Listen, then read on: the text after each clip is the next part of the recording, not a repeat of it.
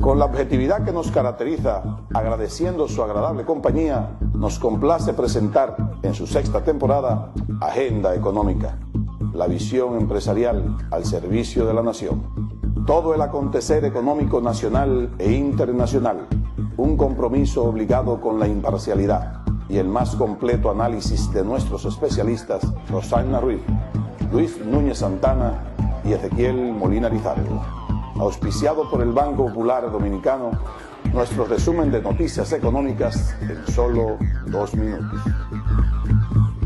El Banco Interamericano de Desarrollo proyecta duplicar sus inversiones en aquellas empresas que ofrezcan bienes y servicios de alta calidad y mejoren las oportunidades y condiciones de vida de las personas en la base de la pirámide económica en América Latina y el Caribe. El embajador representante permanente de la República Dominicana ante la Organización Mundial del Comercio, Luis Manuel Piantini, advirtió que la crisis económica y financiera mundial sigue teniendo efectos muy negativos en muchos países. Existe un crecimiento de la economía y del comercio desbalanceados, presiones inflacionarias, elevados niveles de desempleo, endeudamiento y déficit público en los países desarrollados y presiones sobre las tasas de cambio que están afectando los niveles de competitividad de los países en desarrollo. El vicepresidente de la República, Rafael Alburquerque, informó que el gobierno trabaja en el mejoramiento de la infraestructura y el equipamiento de las unidades de atención primaria con préstamos del Banco Mundial y del Banco Interamericano de Desarrollo. Banco Popular presentó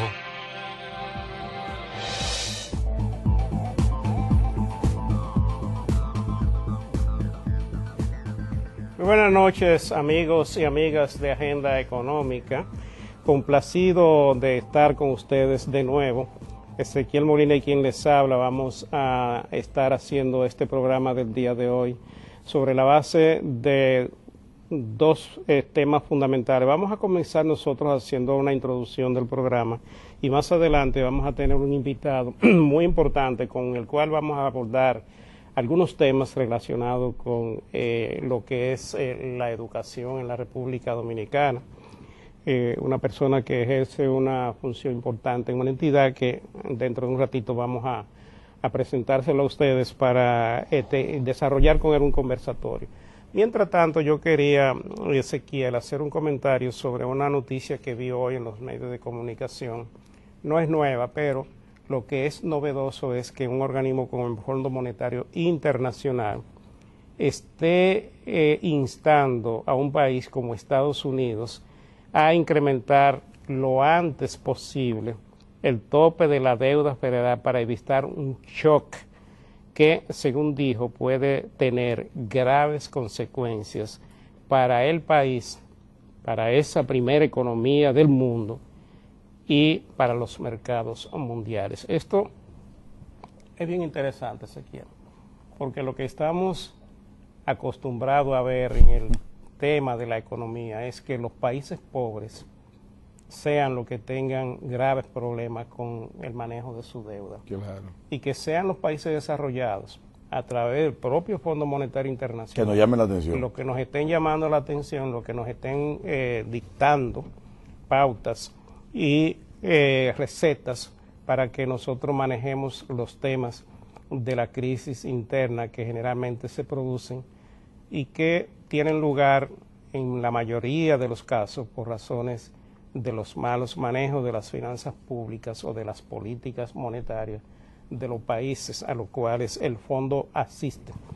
En esta evaluación que ha hecho el Fondo Monetario Internacional del desenvolvimiento de la economía de Estados Unidos, le está pidiendo que incrementen el tope, porque lo que pasa en Estados Unidos es que ya está llegando el tope de la deuda al cual Estados Unidos puede tener como país y creo que según sus leyes no lo puede hacer, o sea, no puede hacer deliberadamente seguir tomando prestado porque hay un tope que está por ley y que ahora el gobierno de Estados Unidos tiene que negociar con el Congreso de Estados Unidos. Que es contrario al gobierno. Un aumento de ese tope para que no se produzca, como dice el Fondo Monetario Internacional, un default de parte de Estados Unidos en el pago de su deuda. Esto es un asunto increíble, que la primera economía del mundo esté pasando por una situación de esa naturaleza. Lo que pasa es que Estados Unidos, como todas las economías que entran en crisis en la mayoría de los casos, tienen dos grandes déficits, el déficit fiscal y el déficit comercial con el resto del mundo. No se sabe cuál de los dos es peor. Entonces, ambos déficits, cuando se juntan y se hacen de una magnitud tal como la que está pasando en Estados Unidos, te crean una situación que prácticamente te cierran las posibilidades.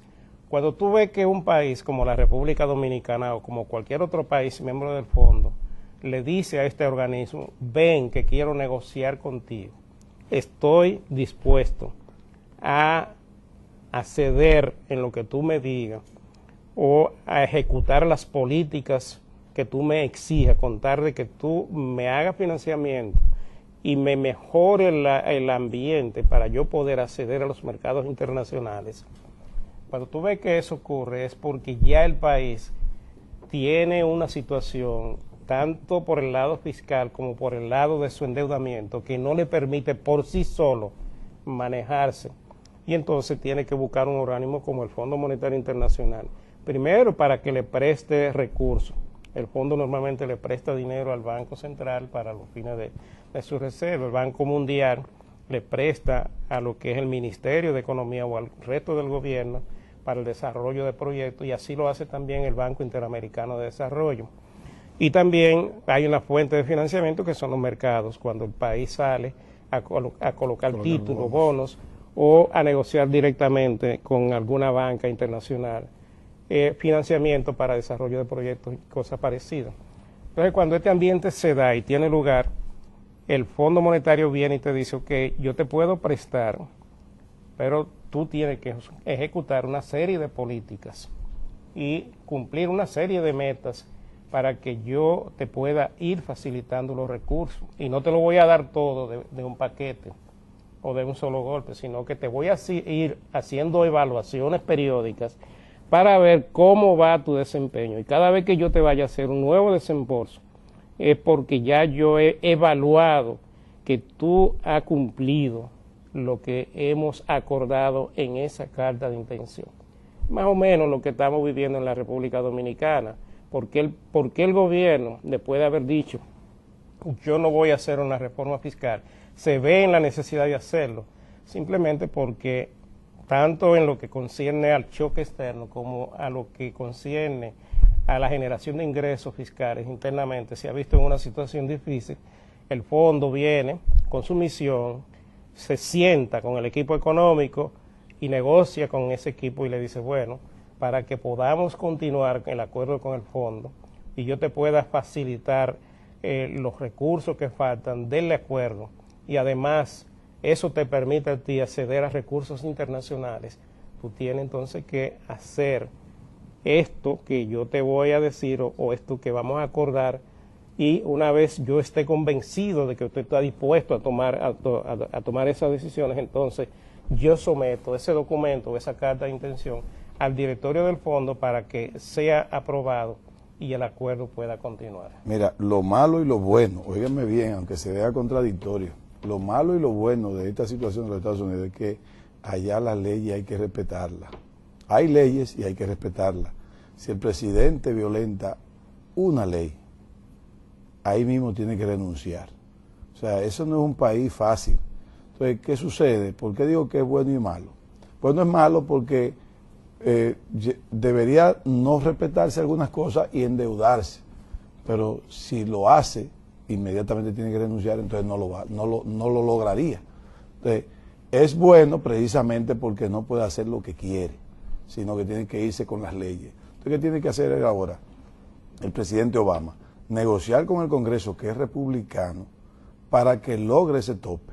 Yo sé que más tarde que temprano lo van a lograr el acuerdo. Lo que pasa es que hay una lucha de intereses en que yo te voy a dar esa aprobación, pero ¿qué tú nos vas a dar a nosotros como parte política? O sea, un asunto de ganancia. Porque ahí lo que va a hacer el Partido Republicano es ponérsela difícil al presidente, que está para quitarle popularidad. Está en un proceso de reelección. Correcto. Entonces, sin dejar que el país caiga en el default. Si tiene un arma tan poderosa en la mano como el manejo o las restricciones presupuestarias que le puede hacer, porque allá no es que el presidente va a decir, no, yo voy a trabajar con el presupuesto del año No, pasado. no, imposible. Tiene que esperar y negociar con el Congreso, Sí, ponerse de imposible. acuerdo para que le aprueben ese presupuesto. En marzo casi le paran el país. Sí, y entonces ya tú sabes, ahí se da eso y hay que respetar esas leyes. El presidente no le puede ocurrir manejar el presupuesto fuera de lo que ha sido establecido y acordado con el Congreso. Ahora, yo creo, Luis, y amigos televidentes, que este es el momento para que las fuerzas políticas norteamericanas, demócratas y republicanos, incluso los grandes empresarios muy ricos que tienen los Estados Unidos, muy ricos, que son muy nacionalistas, se reúnan para convertir ese país, hacer las reformas y los cambios sociales, políticos y económicos necesarios. Porque los Estados Unidos por muchos años se durmieron en lo que son sus objetivos económicos, llevándose solamente de la parte política. Solamente con el deseo de ellos ser la primera potencia mundial en términos políticos, se fueron quedando atrás en la parte económica. Y lo que más daño le tiene los Estados Unidos ahora es que tienen un problema de educación muy bajita. O sea, Estados Unidos es, para que ustedes, amigos televidentes, lo sepan, de los 7 países más desarrollados del mundo, es el país más mal, o sea, con un sistema educativo más malo, o sea, el más deficiente de los 7 países desarrollados es el de Estados Unidos. Fíjense cómo un país totalmente desarrollado tiene un sistema educativo totalmente deficiente en comparación con los otros 6 países. Entonces, ahí hay un problema de los Estados Unidos que tienen que hacer esos cambios urgentes. Nada más no es sencillamente cambiar ese uniforme. Haciendo una pausa, pero yo quiero hacer un breve comentario, porque fíjate lo que ha pasado, el evento ahora mismo del Fondo Monetario Internacional. Hay la oportunidad de que un país emergente, por primera vez en la historia del fondo, porque siempre se ha dicho que hubo un pacto verbal entre Estados Unidos y la Comunidad Europea, en el sentido de que el fondo siempre sería manejado por un europeo y el Banco Mundial por un estadounidense. En esta oportunidad, por primera vez, yo creo, en esa historia, surge la posibilidad de que un latino o un país emergente tenga la oportunidad de manejar el Fondo Monetario Internacional, que es uno de los organismos más importantes a nivel mundial. Ya aprobaron a la francesa. Pero ¿qué pasó? Nombraron a la francesa, que es otra vez una europea.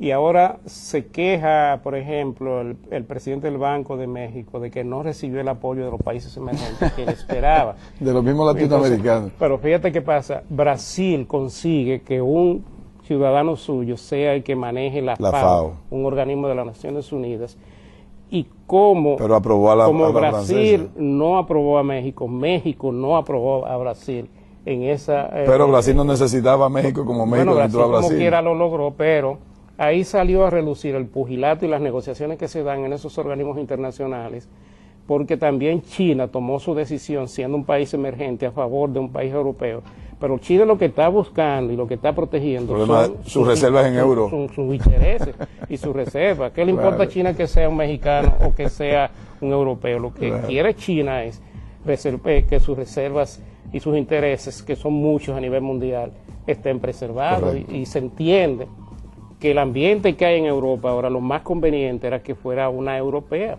Y más una europea que tiene mucha tradición y mucha influencia política para manejar la situación europea. Y es una mujer. Porque hay un ambiente en Grecia donde Alemania está diciendo y condicionando el apoyo a Grecia para una nueva ayuda al hecho de que Grecia tome una serie de medidas que van a ser fuertes, porque ahora mismo hay prácticamente una guerra en Grecia, muchísimos entes heridos. Y todo esto ocurre por situaciones económicas y lucha de intereses que se dan en los propios organismos internacionales.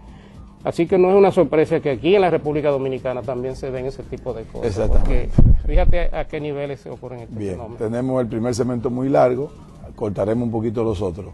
Venimos en breves.